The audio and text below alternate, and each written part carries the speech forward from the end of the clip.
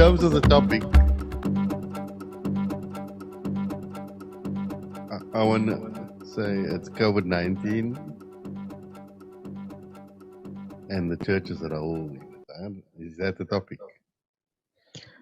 Yeah. That's tricky. That's clickbait, but okay. Yeah, let's go there. I'd love to go there. And I mean, what made me pause, because I was honestly just playing it because I saw the title, and then that little snippet that I played was just like, no, that needs to be commented. And that's enough. Like, for one, saying it's just the church that have a problem with. Okay, so mosques, synagogues, all those things are closed. Doesn't mention that. I'm closed, basically. I'm open, but I can do fuck all. You open, you can't do anything. There's thousands of businesses that are not open too. The whole music industry. Sad.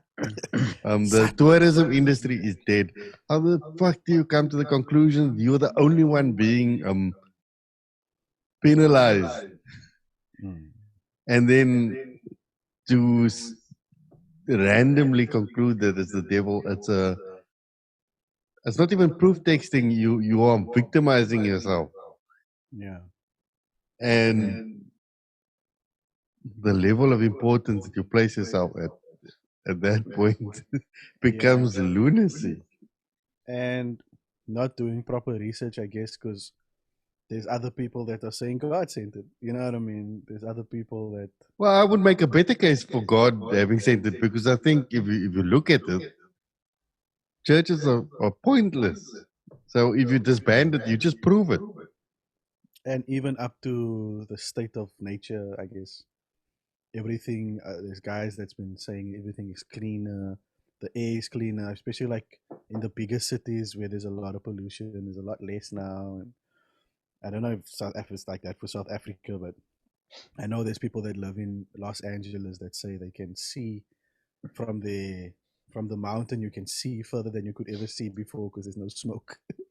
So I mean, things like, in cases like that, it makes a better case. And the fact that people can sit still and think. I mean, I can't count how many conversations I've had with guys who were like, I'd say workaholics, or like, no, I should just say workaholics. I said they're good earners for their house, I'd say, who now could sit and spend more time with their family, who now have looked at the state of their mind and how they've neglected important emotional things for the sake of money or whatever.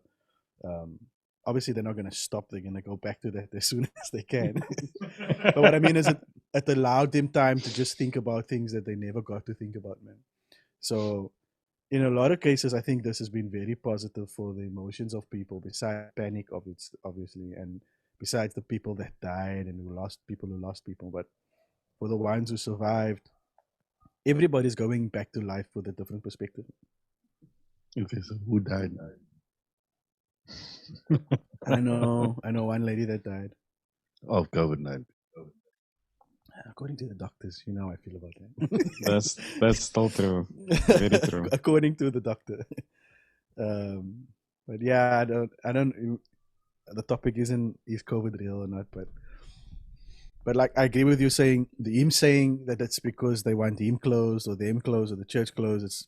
It's a totally illogical statement based on the facts, based on who else is closed, and also you're asking who are you? The question is, who are you, man? You know what I'm saying?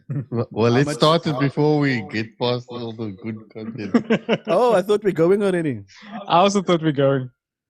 Just do it official. You need to frame what was said there.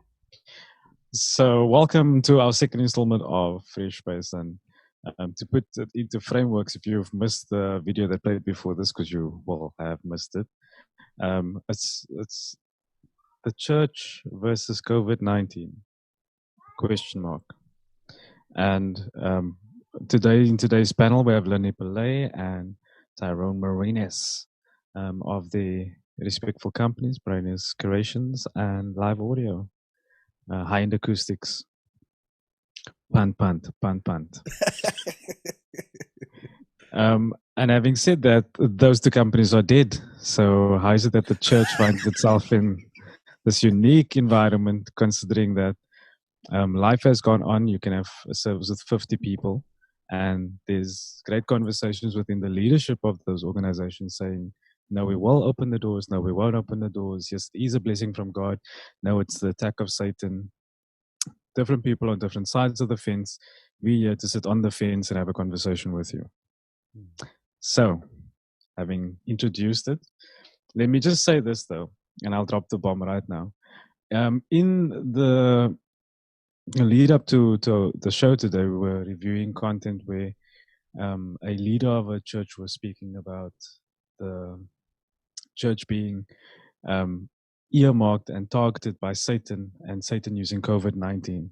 Well, I can tell you without a doubt that I have seen the doors of the first satanic church in Cape Town also closed, and the leaders of this, this church of Satan saying that they also have not opened due to COVID-19. So the word church is very broadly used. That's hilarious. That is hilarious. Lynette, I think So- your mic is off.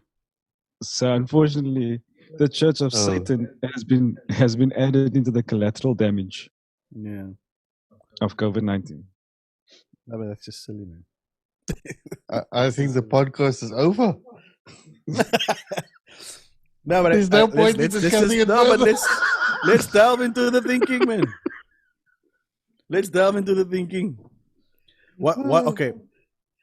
Let's play devil's advocate. Let's say, okay, Satan is doing this. Let's leave the church of Satan. If you're going to be advocate, you must do it with a voice. Thus saith the devil. I am the devil. Anyway, so let's say he is afraid. My question is, what is he afraid of? Where the meeting, the gathering, the Sunday service is concerned. I can understand if he's afraid of in inverted commas, please, a powerful Christian person or group of people. But my question is with regards to what we see around us now, what is he afraid of? Is he afraid they're going to get together on a Sunday? What would he then be afraid of? Or what is he stopping?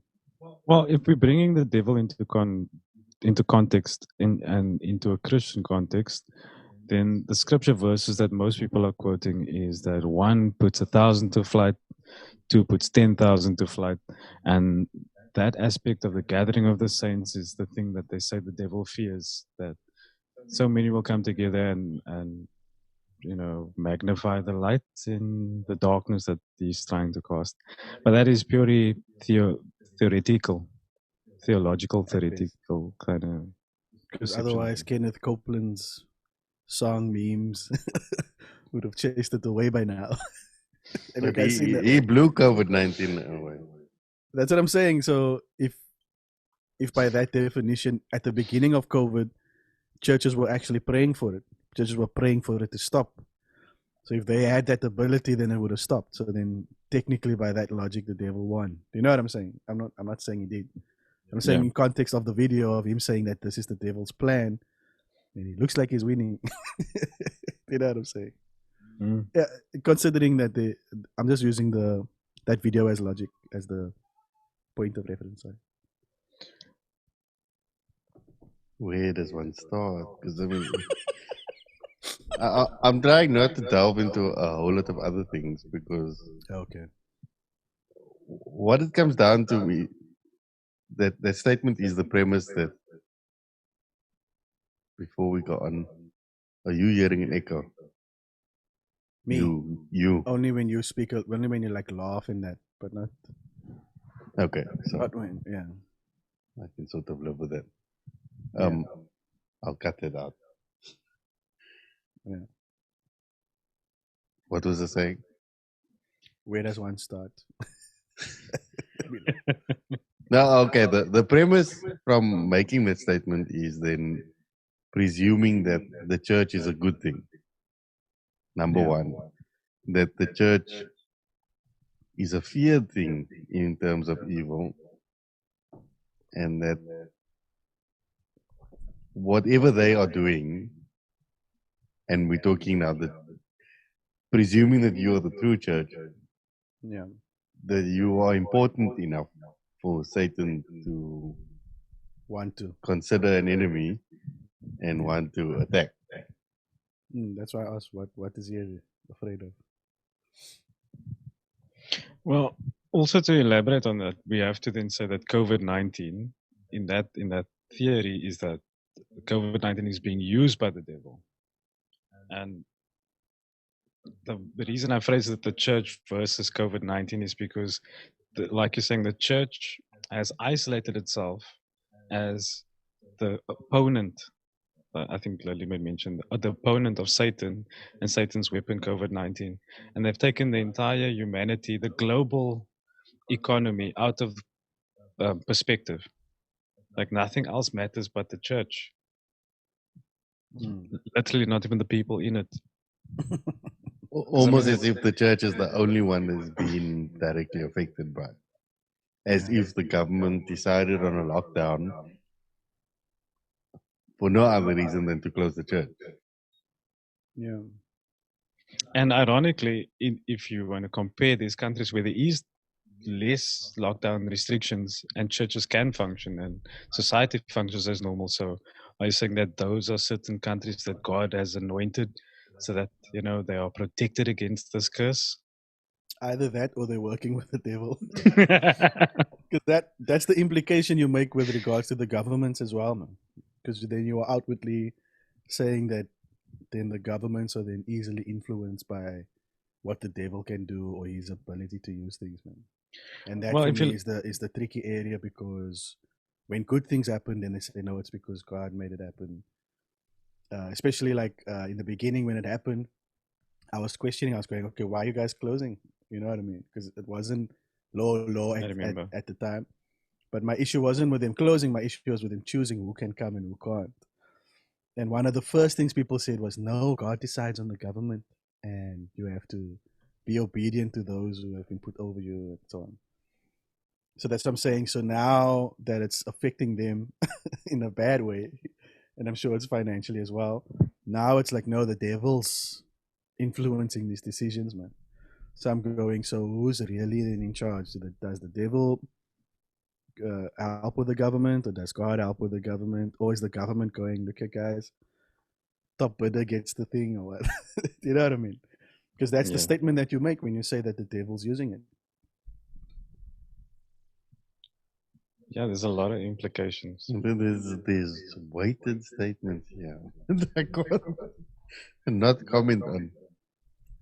But I think the biggest thing comes down to who do you think you are, and that can be taken as a, you know, a statement against you or a statement for you. I don't. Depends on the answer, and I suppose based on my research of biblical things is that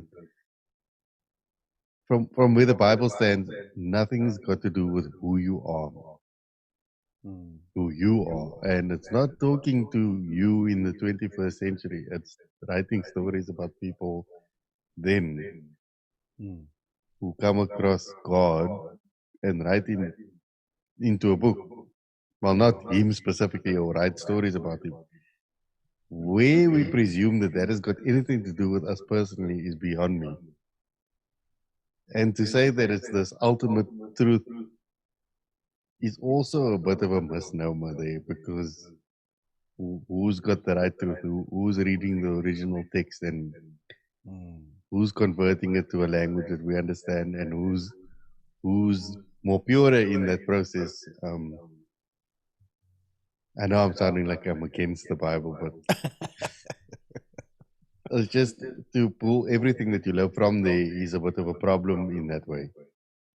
But my thing is to look more at what are you practicing every day. So that's my question to the church as a whole. Is on a normal day, what were you so great at? Yeah. That when it closed, suddenly the world can't live without that. Yeah. And for someone like me who spends every Sunday at least 2 churches and a few other churches in between in the week, I can't see the good. and maybe I'm not looking, but I can't see the good for all of humanity. I can see the good for the people in the church, Yeah. but I can't see the good for the people in the church towards their human experience. Mm. I can see the church is good towards the people when they come together, and the benefit for the leadership that benefits at the cost of these people. I do see that. And it depends on whether your leader is a benevolent leader or an evil one. And that determines the outcome of whether it's greater good for the rest of them. Yeah. And then you have to ask yourself, well, does Satan really need to get involved? If there is Satan as a personified devil, does he really need to get involved? Because as far as I can see, these things have come and go in history. The problem why we're sitting with this massive conversation is that we never had social media before. We never had the internet before when there was a pandemic. Yeah. There's never been a time when people in churches could now communicate to each other and say, hey, what's going down in your place? Yeah. And I mean, just if you put it in a nutshell, it would actually be the perfect time for the church to cease to exist as a building. Yeah. I mean, it's been closed for how many weeks now? 4 weeks. Months. 2 months. 2.5 See, months. You didn't even feel it. You know what I mean? I mean, I live with a pastor, and I mean, he seems to be fine. You know what I mean? It's not like I think he's actually more than anything starting to see the fact that the meeting is not necessary as necessary as he thought, and he's starting to see, okay, cool, these things need to be taught more than the come here. You know what I mean? It's supposed to be like, Yeah. this is how you live every day. You understand? So I guess it's an eye opener in some cases, but also on the other hand, I'm sure the minute the doors are allowed to go open, he's gonna run back to what he knows, man. But my point I'm trying to make is, the rest of us are going. Nothing's changed, guys. You guys are closed, and we're not missing something great that you guys were doing. Either that, or you're then doing the same without that. You know what I mean? So, what is this great thing that was stopped, man? Yeah, and if there was something to write home about when it comes to church, it would always be the social circles and the almost like the fellowship of the people that meet there. I would almost go as far as to say great friendships are found in church, and even greater enemies. So when you don't have the building to run into an enemy, you can actually spend more time with friends, connecting with them online because we have the internet now, and that should have been the shifting within the mindset and the greater view of a church. Like, what is the church really? I mean, everybody's stepping into an online environment, and I want to bring in the Church of Satan again and say that the leaders that live in Muizenberg have stated that their church has grown dramatically with the lockdown. So is Satan then on their side? Because other people of the Christian churches are saying the same thing. Yeah. Their fellowship has grown. Or, well, fellowship? I think that's another thing. That would Fellowship. be the correct word. It's no longer fellowship, it's fellowship. Yeah, but the truth will only the truth will only be able to be seen once they open up again, man. Do you know what I mean? We know we're in the entertainment industry, so we know that somebody's following you online doesn't mean they're gonna come to your thing, man. You know what I mean? So I don't think that they can count on all of those. Not the Church of Satan. I'm talking about specifically the Christian church. Well, I can tell you that the Church of Satan made a statement that I think they had 930 something followers. But in this interview that I was watching, they made a fact of saying that they have more followers than what is reflected online because people don't want to be almost like associated with or they don't want to be Satanism. make themselves targets. And I would go as far as to say Christian churches have the same perspective. But you can't doubt that a lot of people have lost faith in religion in general in this time. Like, I know many people who were staunchest who are now just like that thing was a joke. You know what I mean? Because they can't see the things that were taught to them. They can't physically see God in the way that they were told or taught. Especially in a religious kind of way of God is this and he is in control of this. And then the question has to be asked, okay, now what now? So in this time, a lot of people have actually literally abandoned the religions, and not just Christian, like Muslims. I know Jews also have gone, man, I've never cared about this thing, but now I'm officially not caring about this thing. You know what I mean? So, because I don't know, I only know two or three guys who consider themselves Jewish, and they've always been like nonchalant about it, man. But now they've made a concerted effort to be like, this is confirming what we've always known, and it's tough, like it's tough. Yeah, and I think the build, or almost want to say the shift should be more in the relationship for every person now, because you get to spend time at home with the family, etc. So let's put that in a spiritual context. It should be a bigger focus on the relationship than the religion and the preaching and the word and so forth. Uh, I mean, don't you think it I- causes like a difficult starting point even for now? Like, let's say you were someone who didn't know God existed.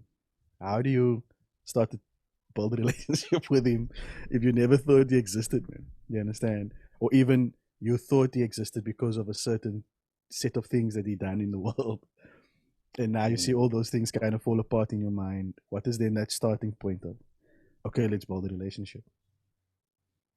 yeah, I don't know how to phrase it without fighting theology, but I was looking at like I think it was the time of Babylon and the Babylonian times, and the temple is destroyed, and the Jews don't have, or the Israelites don't have a place to go and worship, and the Daniel is then in that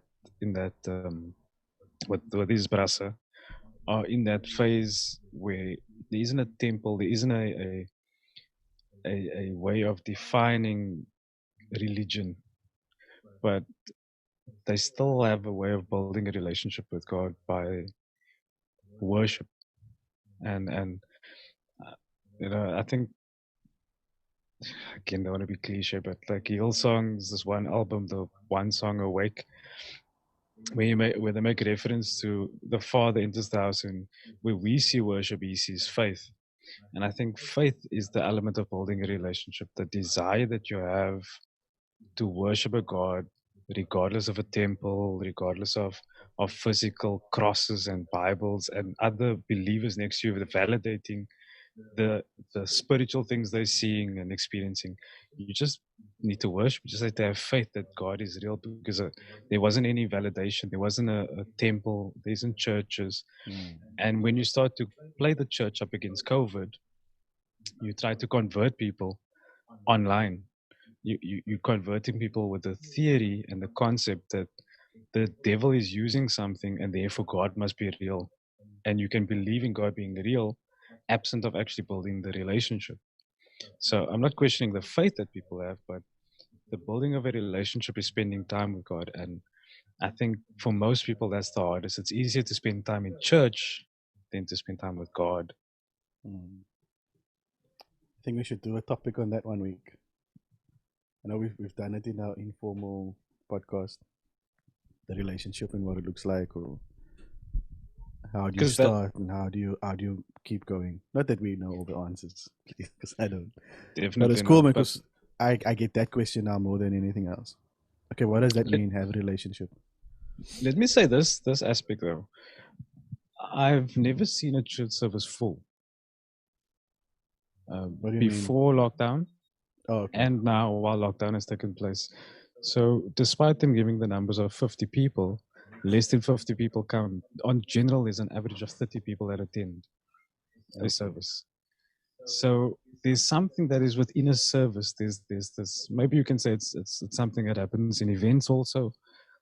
where you sell tickets and some people don't honor it, especially when it's free tickets. Like when they comp you a link to a show. But when Hey, people don't show up for for church, there should be a question. So the question was addressed um, in one of the church services from stage, saying that they can understand why people don't want to come because they can't bring their children with them. So they brought children into the perspective about attending church, the family aspect of it, and how people weigh it up and so forth. But there's a truth to it that people don't want to come to church. mm. As much as you are fighting this cause of COVID versus the church, some people just don't really want to come, and they were only coming to see other people. And now that they Some know those people won't be there, what's the use? somebody said it in the podcast. I don't know if it was you, Lindley, or one of the other guys in the other one. Um, the minute you take the rules away, or the fact that they don't have to do something, people are going to show that they don't want to. Was it you, Lindley? I think it was you. So I think it's that, man, where people have now taken that, or the churches have gone, you don't have to come. You know what I mean? Now that 20 out of the 50 is actually showing themselves like, going, I don't have to go, then I'm not going. You know what I mean? So as much as Yeah, there's a safety element of it, a lot of people were going because they felt that they had to, man. You know what I mean? They had to go to this building to be a part of something. Otherwise, God's going to not give them something in some way. There's going to be a lack of some kind of reward. So now that they see that, wait, my life is the same, I'm actually not working and I'm getting paid for most of the people. Um, so then technically God is providing on another level than he's ever before.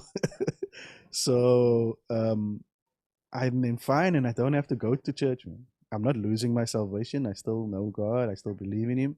I still trust him in whatever they have as their basis for what their Christianity is. So now tell me, why do I have to go? You know what I'm saying? So now you guys go, okay, 50 people can come. 20 of the people, it's just a statistic. They're just showing out themselves, man. So out of the 20, maybe minus 5 who really care about their kids or their safety, or they're actually scared, they don't want to be in public places. You've got 15 out of the 50 that doesn't want to come. And that's just yeah, my no. rough stats. It's not Well, not proven. even just don't want to come. They went to get tickets and didn't arrive. Okay, they didn't want to look like they didn't want to come. Yeah, and I mean, to elaborate on that, I was thinking about it today. If they had like a quicket system, or you could phone in and book tickets, then by all means. But you had come in to physically get the ticket and then decide I'm not going to physically go anymore. And I think the other thing that probably irritates Lenny a lot, despite it being a church, is that people don't honor that word or that they've given, because it's a free ticket and you've taken it. So you could have phoned or said, look, give the ticket to someone else. I'm not going to come. Is there other people? Because there was a waiting list of people that still wanted to attend. So it was really a truth in culture and society, church culture and society. Insane. It's a sad vibe. I mean, Well, because you know that there is no accountability whatsoever to you taking a ticket. It's just about showing that you're there, and that's my thing. That bringing it back to the topic is that church has become about just showing that you're there. yeah. It doesn't mean that you must do anything. It doesn't mean that you count for anything.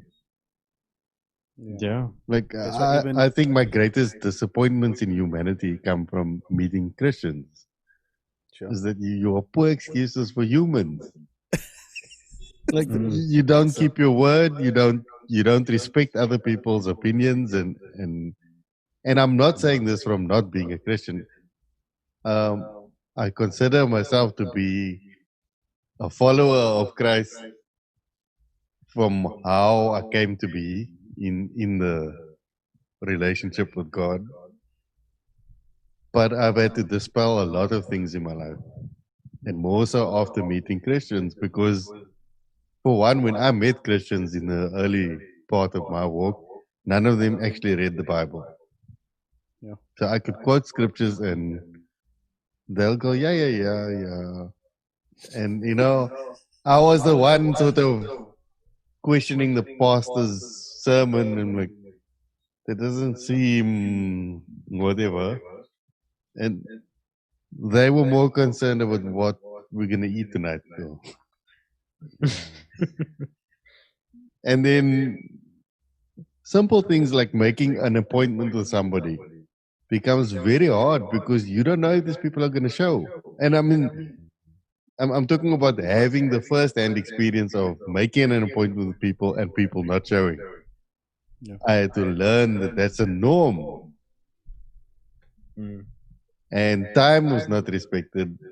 And I'm not saying these things are human per se, but everybody asked me, be more considerate, be more understanding.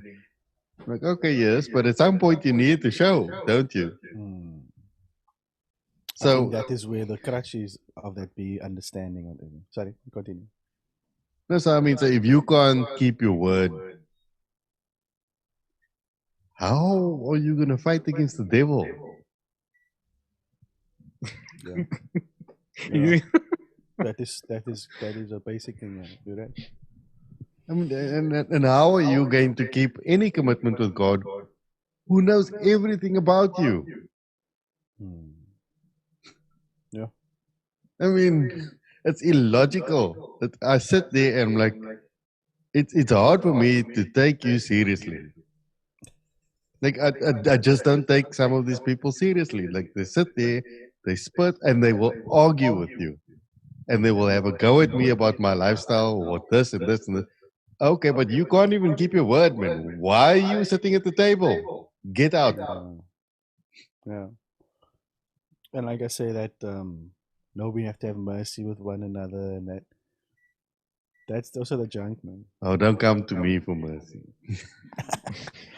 What I want to say is this: like in my case, it exposed to me, like just that simple thing, what's really important to you or what you really see as important. For example, on a work level, I'd never be late. I'd always be on time. But when it came to a social thing, or just a friend thing, or like a one-on-one, we've experienced it here as well. Then I don't have to be on time. Do you know what I mean? So it takes time and practice because you then realize, no, okay, because that now wasn't benefiting me financially, so I didn't care. Do you know what I mean? So it instills in you, or it highlights in you, why isn't that human important to you, man? Why isn't the fact that you said you're going to be there important that you be there? There's some kind of value that you're not noticing. Either you don't see the value in the person, or the person's time, to be more accurate, or you don't see value in your word, like, which becomes then a problem across the board in your life, man.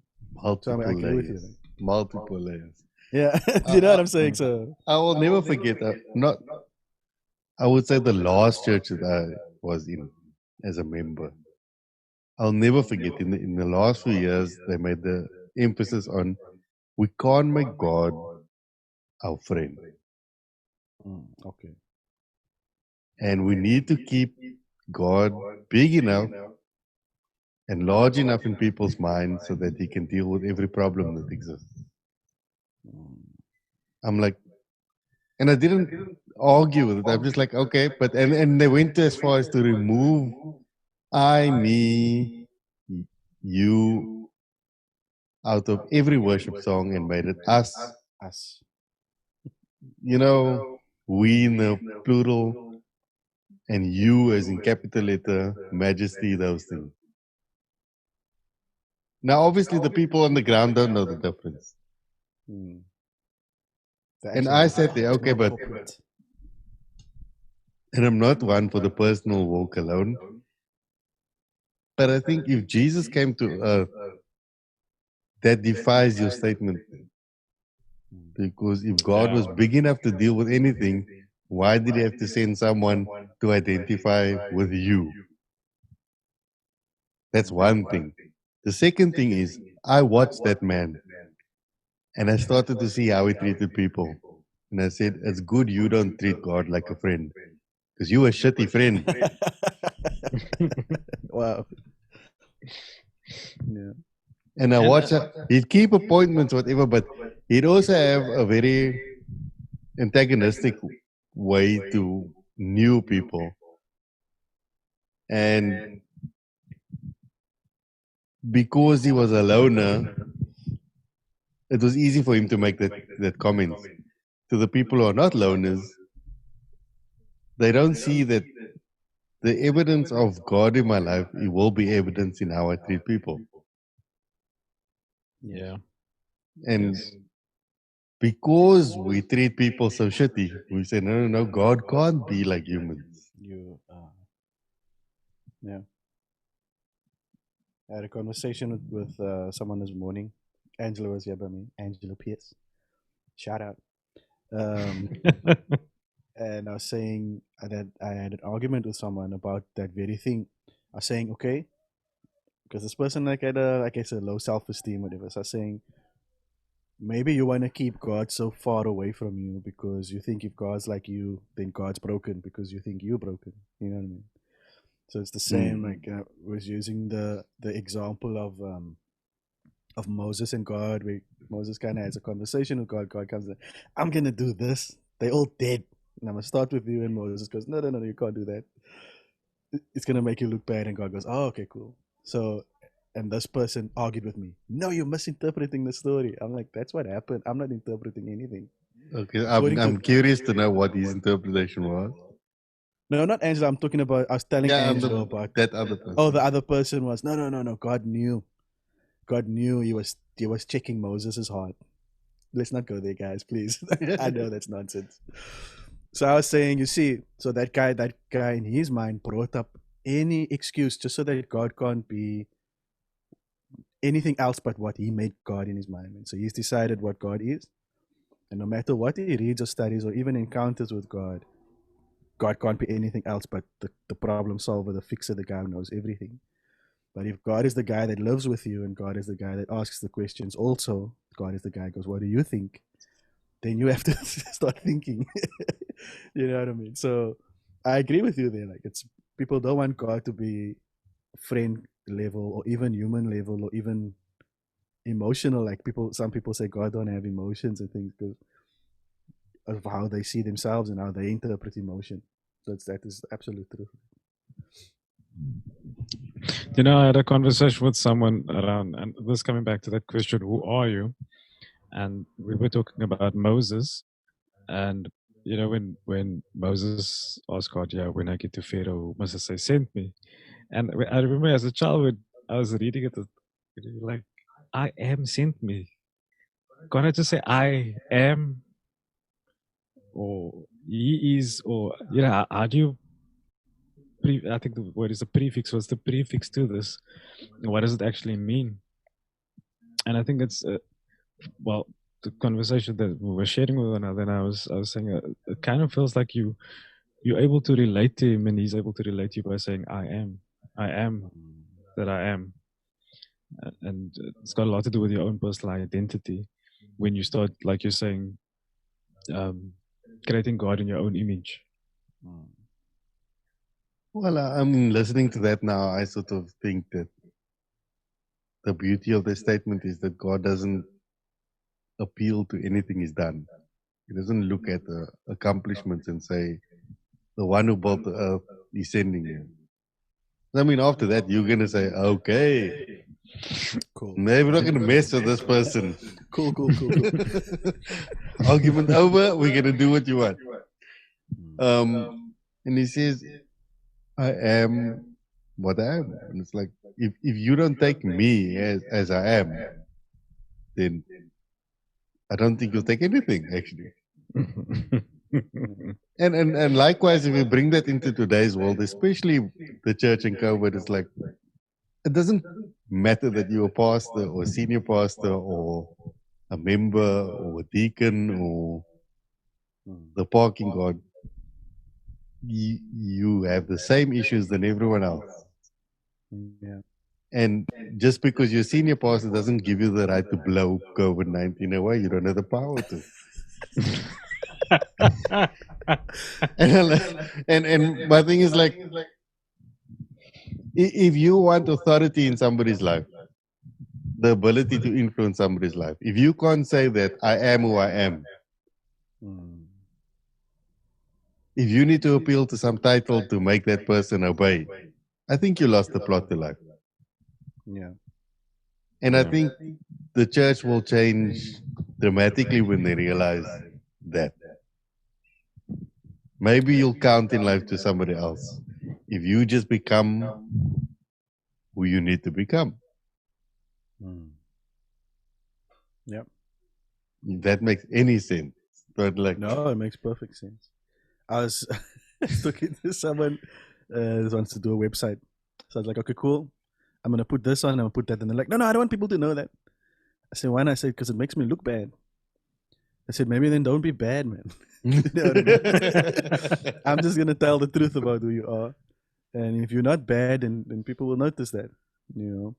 But I think the whole thing of who God is based on what He's done, that I guess is the fault of the writers of the Bible, man. Because I used to do praise and worship workshops, and one of the questions always was, what scriptures must I read to write better songs, man?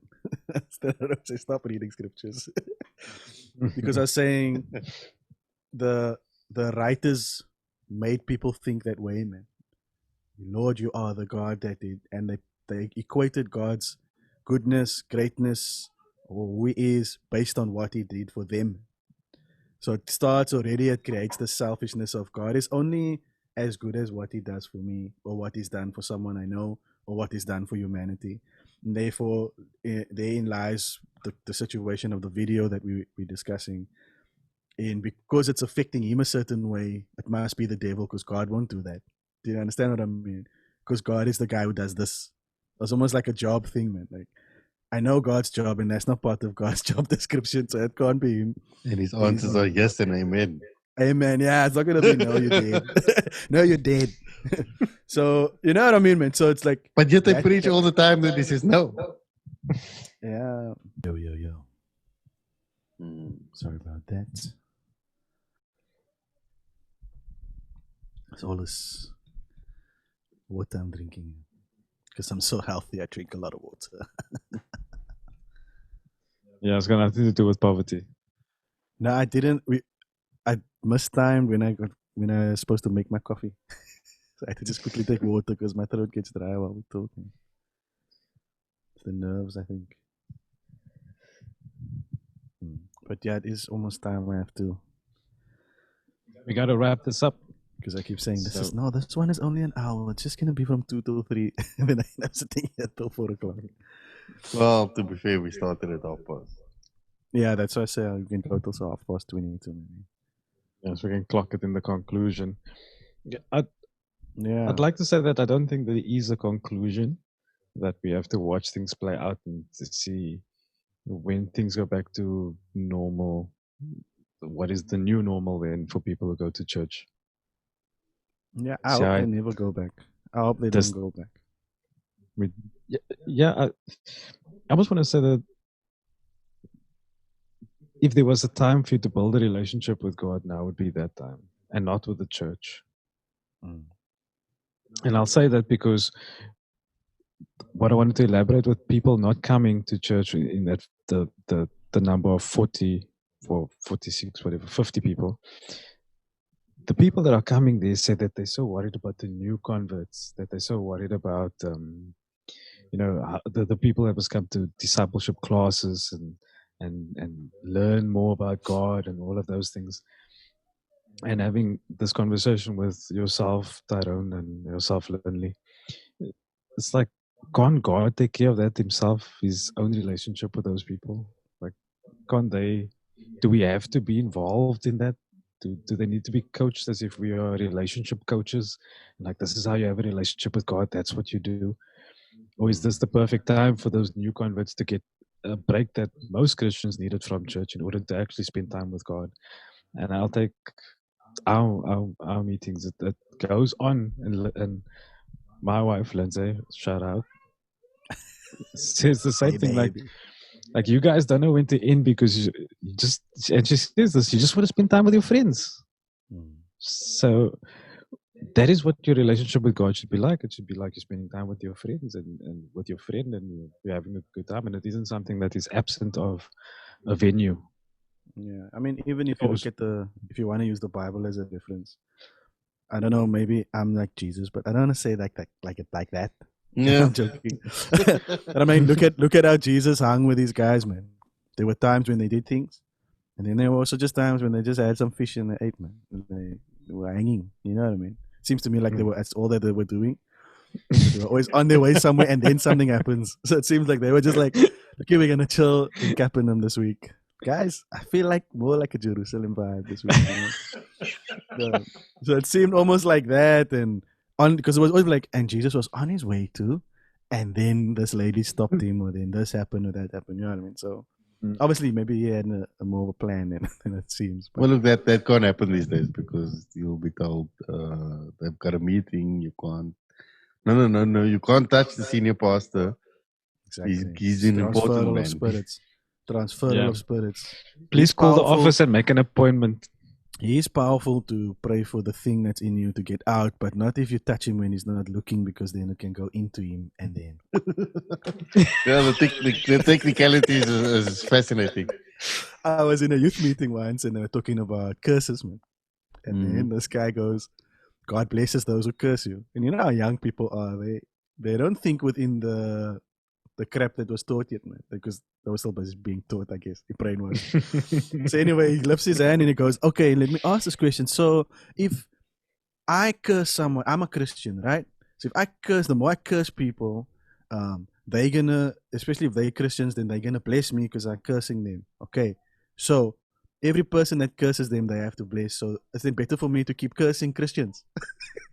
And everybody looks at him like, yeah. So, yes. Just like, it's fine if I curse Christians, but not non-Christians. And also, if God curses those who curse me, then am I not going against the will of God by blessing them when they curse me? You know, so those were the kind of questions that came out and became very technical. So I was just like, there is actually that debate in the Bible, Balaam, when they pay me to curse. Yeah. Like, well, you know, I want to take your money, but. So, you know what I mean? So it's like, if you're really going to get technical with the text and that, then. Well, from my perspective, is I want people to have the conversation.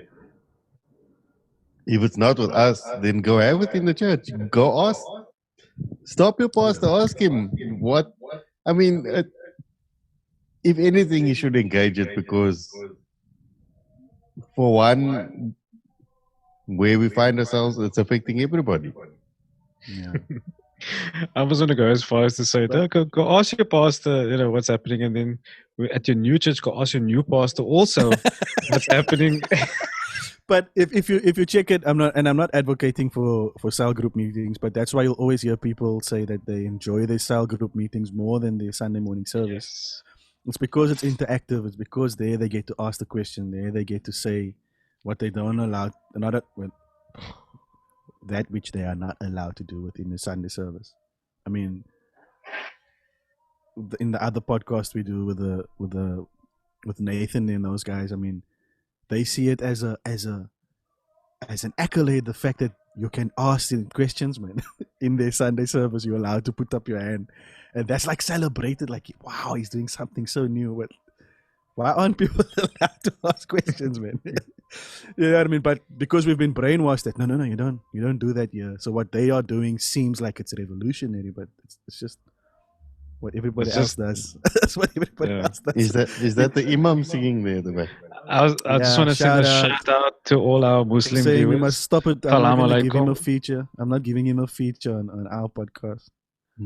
Well, it happens at this time. Ish. But I was taught to be. I was just going to say, I was taught to be indoors and quiet when the Balal bang.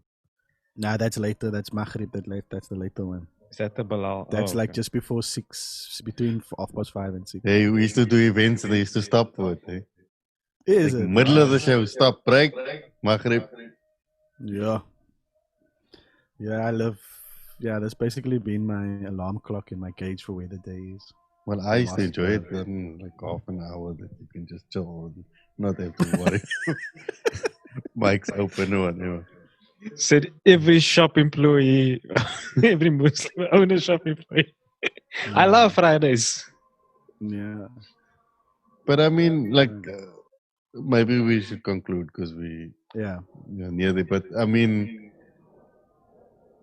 I do hope that people make it a conversation. And for one, it's just what we devote our lives to. We're not exactly. You don't get a second chance. At least I don't think so. Because if you live in China, it's illegal for you to be reincarnated. They don't allow it. You're not allowed to get a second chance. That's So, messed up. But they're gonna run into problems because if people aren't gonna care what they come back as, they're gonna start being worse people, and then that's gonna be a problem for them. Well, they first have to prove that they were here before, I suppose. Dude. This is becoming content for a new show. But Yeah, write it down. yeah. So look, we don't know what the next topic is, but I mean, my question to people is: if you are a Christian and you partake in church, feel free to throw us a reason why it should exist and continue the way it is. Please, in the comments. Yeah, make it very controversial. We enjoy that kind of content.